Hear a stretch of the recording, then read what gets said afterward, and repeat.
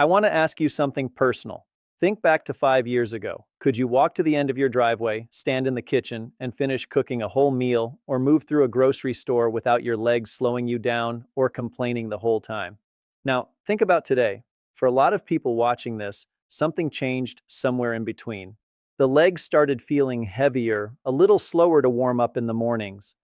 Maybe some tingling or that cold, disconnected feeling that wasn't there before.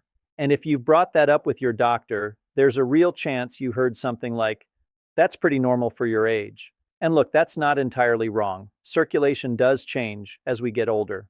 But here's what that answer often leaves out: why it changes as fast as it does for some people, and what role specific nutritional gaps play in how quickly and how noticeably that change happens. That's exactly what we're covering today. I'm Dr. Franklin. And over the next 18 minutes, I'm going to walk you through 5 vitamins that research has consistently linked to vascular health and leg circulation in older adults. We'll go in order from supporting players to most impactful. And the one at the very top of this list is the one that surprises people every single time. Stay with me, because by the time we get there, you're going to want to have a pen nearby.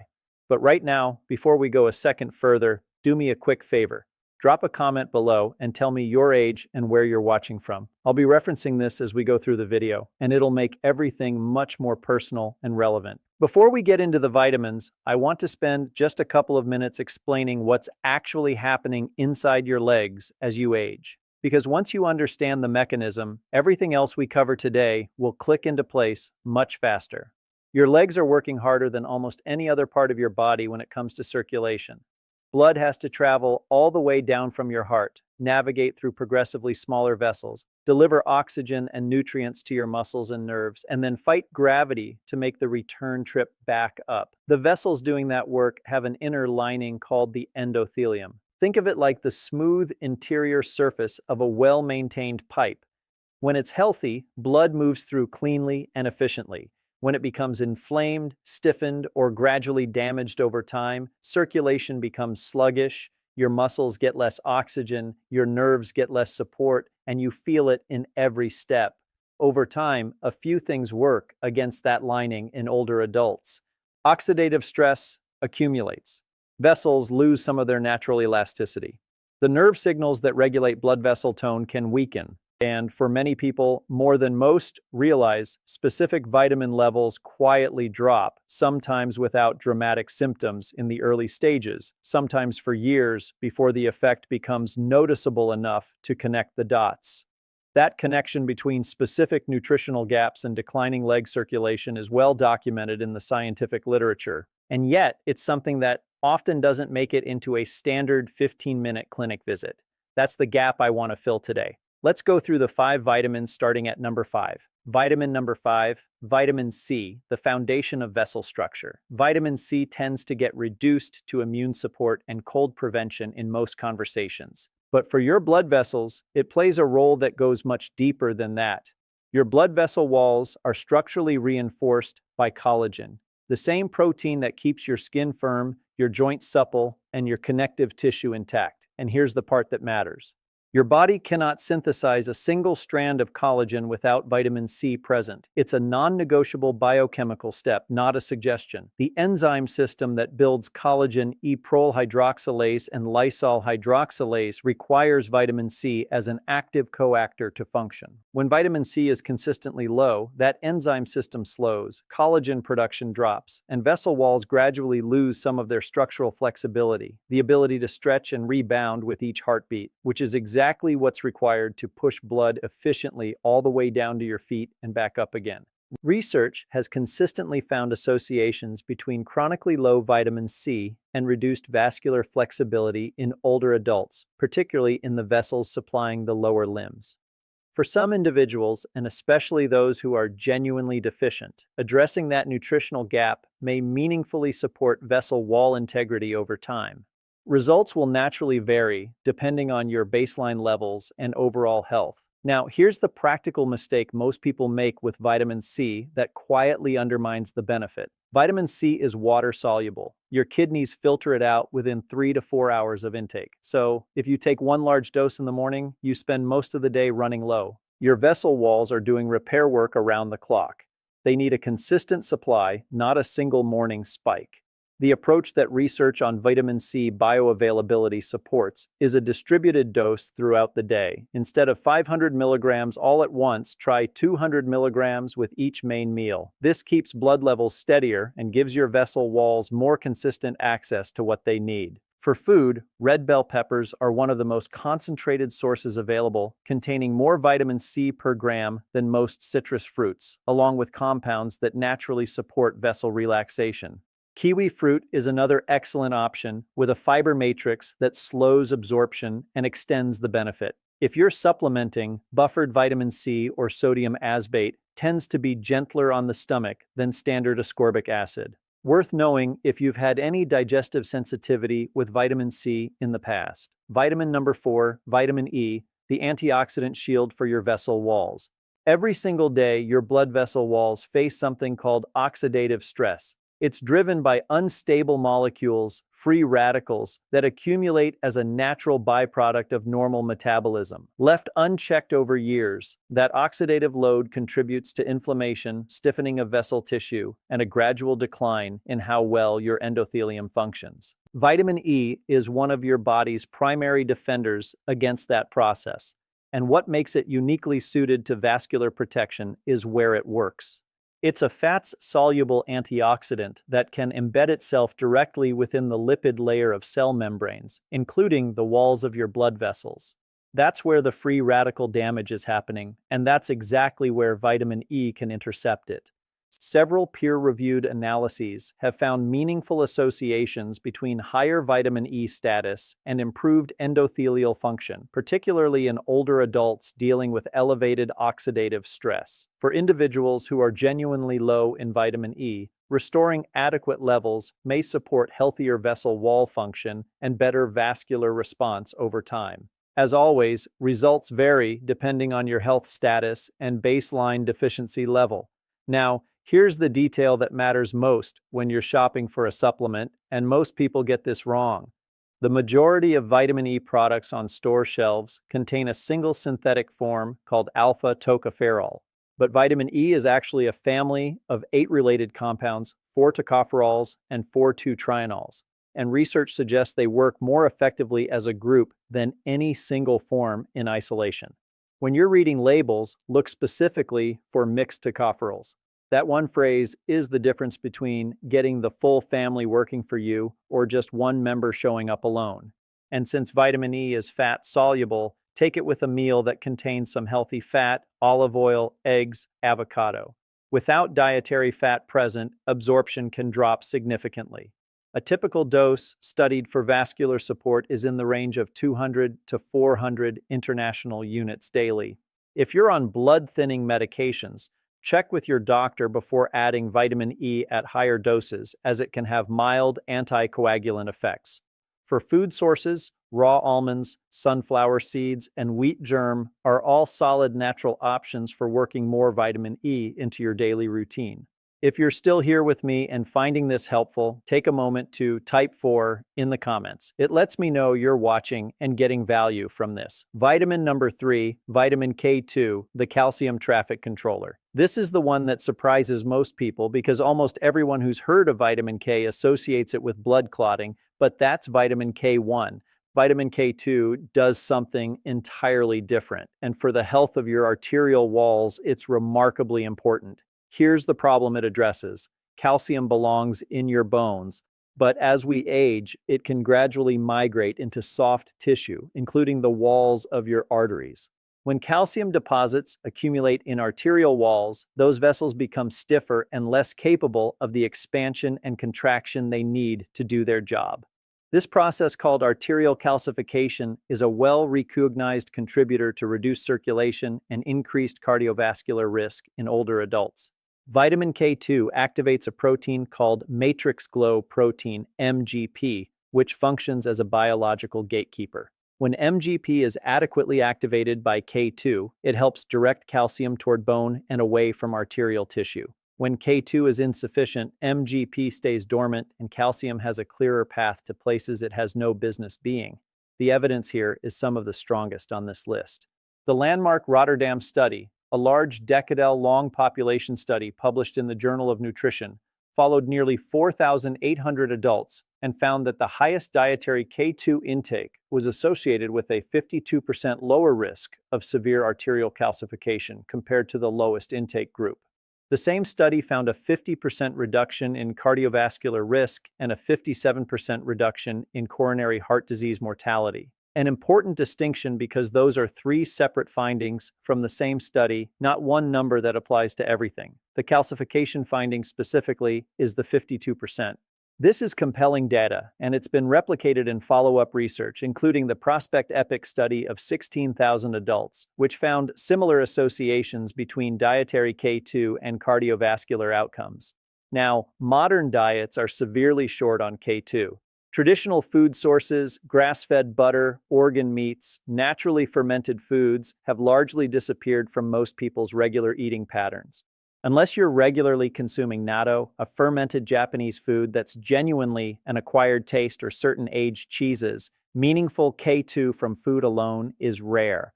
For supplementation, look for MK7, the form with the longest active half-life in the body, around 72 hours compared to just a few hours for MK4. This means more sustained activity between doses. The range most studied for vascular benefit is 90 to 180 micrograms daily taken with a meal containing fat.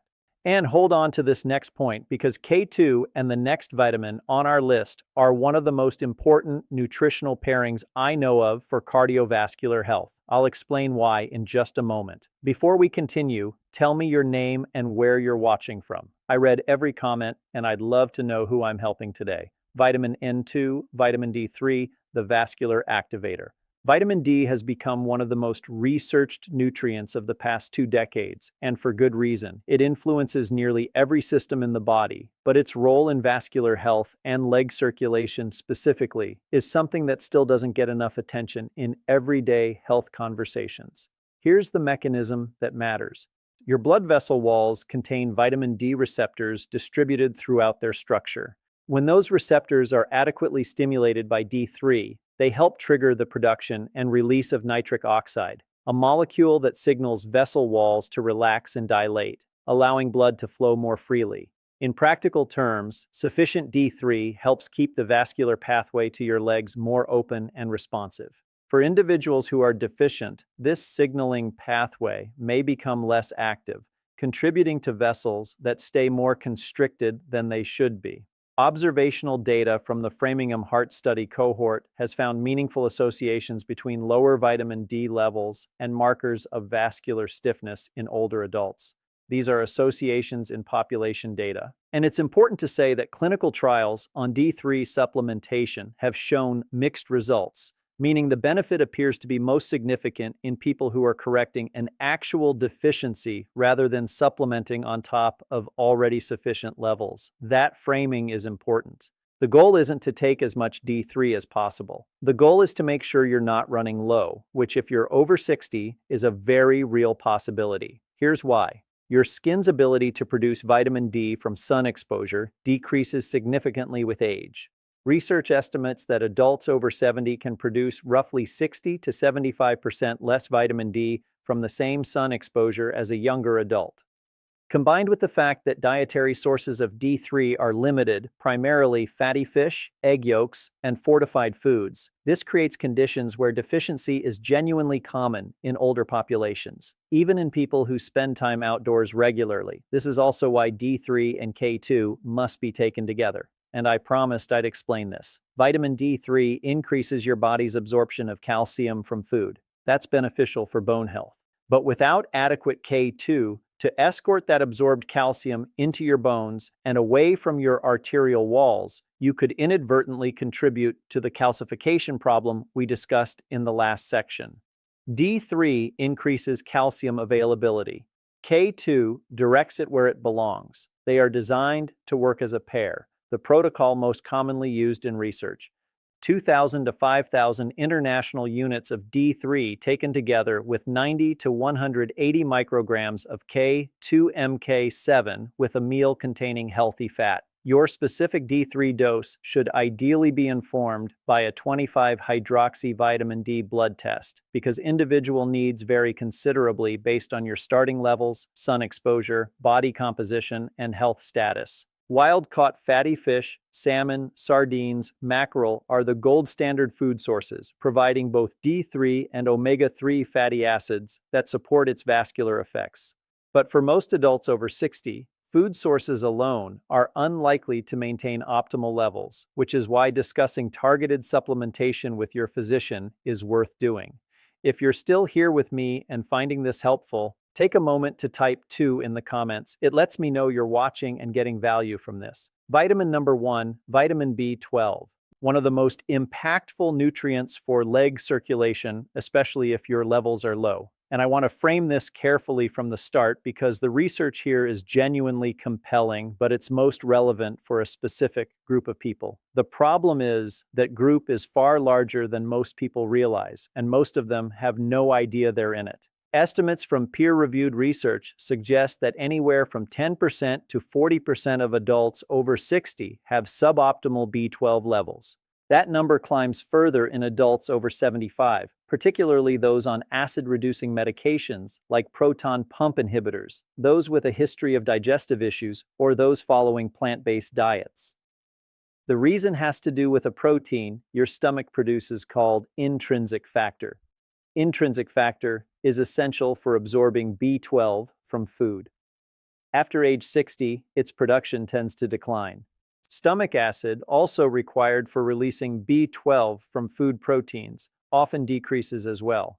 The result is that you can be eating B12-rich foods consistently and still be absorbing far less than your body needs. This matters enormously for circulation, and here's why. B12 affects leg blood flow through not one, not two, but three distinct biological pathways, and that's what makes it unlike every other vitamin on this list. Pathway 1. Red blood cell quality. B12 is essential for the normal formation and maturation of red blood cells. When B12 is insufficient, red blood cells can become abnormally large and structurally fragile, a condition known as megaloblastic anemia. These misshapen cells are less efficient at navigating the small capillaries in your calves, feet, and toes, the very vessels where circulation already faces the most resistance. For individuals with B12-related anemia, restoring B12 levels has been shown to meaningfully improve oxygen delivery to the lower limbs, with some individuals experiencing notable improvements in leg warmth, responsiveness, and walking tolerance as their red blood cell quality normalizes. Pathway 2. Nerve-to vessel communication. Your blood vessels don't operate in isolation. They receive continuous regulatory signals from the peripheral nervous system. Signals that tell them when to dilate, when to constrict, when to push more blood forward. Those signals travel along nerve fibers coated in a protective sheath called myelin. B12 is the primary nutrient responsible for building and maintaining myelin integrity. When B12 is chronically low, that protective coating gradually degrades. Signal transmission slows. Your blood vessels become less responsive to the regulatory instructions your nervous system is trying to send. This also explains why B12 deficiency and peripheral neuropathy so often appear together. The numbness, tingling, and burning sensations that many people over 60 attribute to normal aging, particularly in the feet and lower legs, are sometimes a direct neurological sign of long-standing B12 insufficiency. In some individuals, addressing that deficiency leads to meaningful improvement in those symptoms over time, though results are more pronounced when deficiency has been present for a shorter period and nerve involvement hasn't progressed significantly. Pathway 3. Homocysteine control. Homocysteine is an amino acid that, when elevated, is directly damaging to the endothelium, that inner lining of your blood vessel walls we discussed at the very start of this video. Elevated homocysteine is associated with inflammation, increased tendency toward clotting, and accelerated vessel wall damage over time. B12, together with folate and B6, is one of the key nutrients involved in converting homocysteine into safer byproducts. A study published in Circulation found that supplementation with B vitamins, including B12, led to significant improvements in flow-mediated dilatation, a standard measure of vascular endothelial function, alongside meaningful reductions in plasma homocysteine concentrations. Multiple meta-analyses have confirmed that B12 supplementation in deficient individuals can produce meaningful reductions in homocyan, and lower homocyan is consistently associated with better vascular health outcomes. 3 pathways, 1 nutrient. And when all 3 are contributing simultaneously, which happens quietly and gradually over years, addressing the underlying B12 gap can produce changes that feel significant to the person experiencing them. Now, here's an important note on testing, because the standard approach may not be giving you the full picture. The routine serum B12 blood test has a well-documented limitation. It measures both active and inactive forms of B12 together. This means your result can appear normal while your tissues are functionally running low. A more sensitive marker is methylmalonic acid, or MMA, which rises when B12 is functionally insufficient at the cellular level. If leg symptoms are something you've been managing, it's worth asking your doctor to add an MMA test alongside the standard B12 panel at your next visit. Now, the form and delivery method of B12 supplementation genuinely matters here, and this is where most people make an avoidable mistake. Because of the intrinsic factor decline we talked about, standard B12 tablets that you swallow whole must compete for the same compromised absorption pathway that already isn't working reliably. At supplemental doses, say 500 to 1,000 micrograms, high-doses B12 is actually absorbed primarily through passive diffusion, bypassing intrinsic factor. And this is where sublingual B12 has a genuine research-supported advantage. A systematic review and meta-analysis published in Frontiers in Pharmacology in 2025 found that sublingual B12 dissolving under the tongue appears to be as effective as intramuscular injections for correcting deficiency while being non-invasive, cost-effective, and something you can manage at home without clinical visits. For older adults who want to address a deficiency without the inconvenience of injections, that's a meaningful finding. The form of B12 also carries some nuance. Cyanocobalamin is the most common and least expensive form. It's synthetic and requires the body to convert it into its active coenzymes before it can be used. Methylcobalamin is already in the bioactive form, requiring no conversion step. While both forms have been shown to effectively correct deficiency in clinical studies, many practitioners prefer methylcobalamin for older adults, particularly for neurological support. For sublingual use, allow the tablet or lozenge to dissolve fully under the tongue. Don't swallow it early. The full dissolution time, typically 1 to 2 minutes, maximizes the absorption through the mucosal tissue.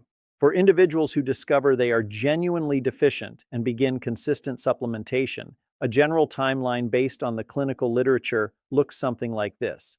Within the first 2 to 3 weeks, many report their legs feeling warmer and more responsive. By 4 to 6 weeks, tingling and numbness that some had attributed to normal aging may begin to ease, particularly in those with earlier stage nerve involvement. By 3 months, walking tolerance and leg stamina often show meaningful improvement in those who were significantly deficient to begin with. These are real documented patterns. They're not universal. Individual results vary based on how long deficiency has been present, overall health, and how well it's addressed. But they represent what's genuinely possible when a meaningful nutritional gap gets properly corrected. And that's why B12 sits at number 1. Let me bring this full picture into focus before we close. Each of the 5 vitamins we've covered today works on a different part of the same vascular system. Vitamin C builds and maintains the structural collagen that keeps your vessel walls elastic and intact. Vitamin E protects those walls from the daily accumulation of oxidative damage. Vitamin K2 prevents calcium from depositing in arterial walls, keeping them flexible and functional. Vitamin D3 activates the nitric oxide pathway that tells your vessels to open up and allow blood through. And vitamin B12, the centerpiece, supports healthy red blood cell quality, the nerve-to-vessel signaling network, and homocyan control all at once. They're not competing with each other. They're complementary. Each one handles a different vulnerability in the same system. And for many people over 60, one or more of these vitamins is quietly running lower than it should be, sometimes for years before the cumulative effect becomes noticeable enough to question. The encouraging part is this: nutritional gaps, unlike many other aspects of aging, are something genuinely addressable. especially when you identify them early. Approach them with the right information and work with a physician who can test your actual levels rather than guessing. That's what separates proactive health management from reactive crisis management. And the people who maintain strong functional legs into their 80s are almost always the ones who chose the first path. Here's my practical challenge for you before you close this video. Pick one vitamin from today's list. Ideally, the one that connects most clearly with what you've been experiencing in your legs. Then take one concrete step. Either research it further or bring it up at your next doctor's visit and ask to have your levels checked. If B12 resonated with you, ask specifically for a serum B12 and a methylmalonic acid test. That combination gives you a far more accurate picture of your functional B12 status than the standard test alone. If D3 rang a bell, ask for a 25-hydroxyvitamin D panel. It's a routine test. It's inexpensive, and the result will tell you exactly where you stand. Don't try to fix everything at once. One vitamin, one test, one conversation with your doctor. That's how meaningful change actually starts. Then I want you to come back to this video and leave a comment. Tell me where you're watching from today. Tell me which vitamins surprised you most. Tell me if you're already supplementing with any of these and what your experience has been. I read every comment in this community. And the conversations that happen in the comments here where someone's experience becomes the reason someone else finally takes action are genuinely some of the most valuable exchanges I see in this space. Make sure you're subscribed and have the bell turned on because next week I'm covering 3 everyday habits that are quietly working against your leg circulation. And at least one of them is something most people would never suspect. I'm Dr. Franklin. Take care of your legs. They've carried you through decades of life. And with the right nutritional support and the right information, they're capable of carrying you through a great deal more. I'll see you in the next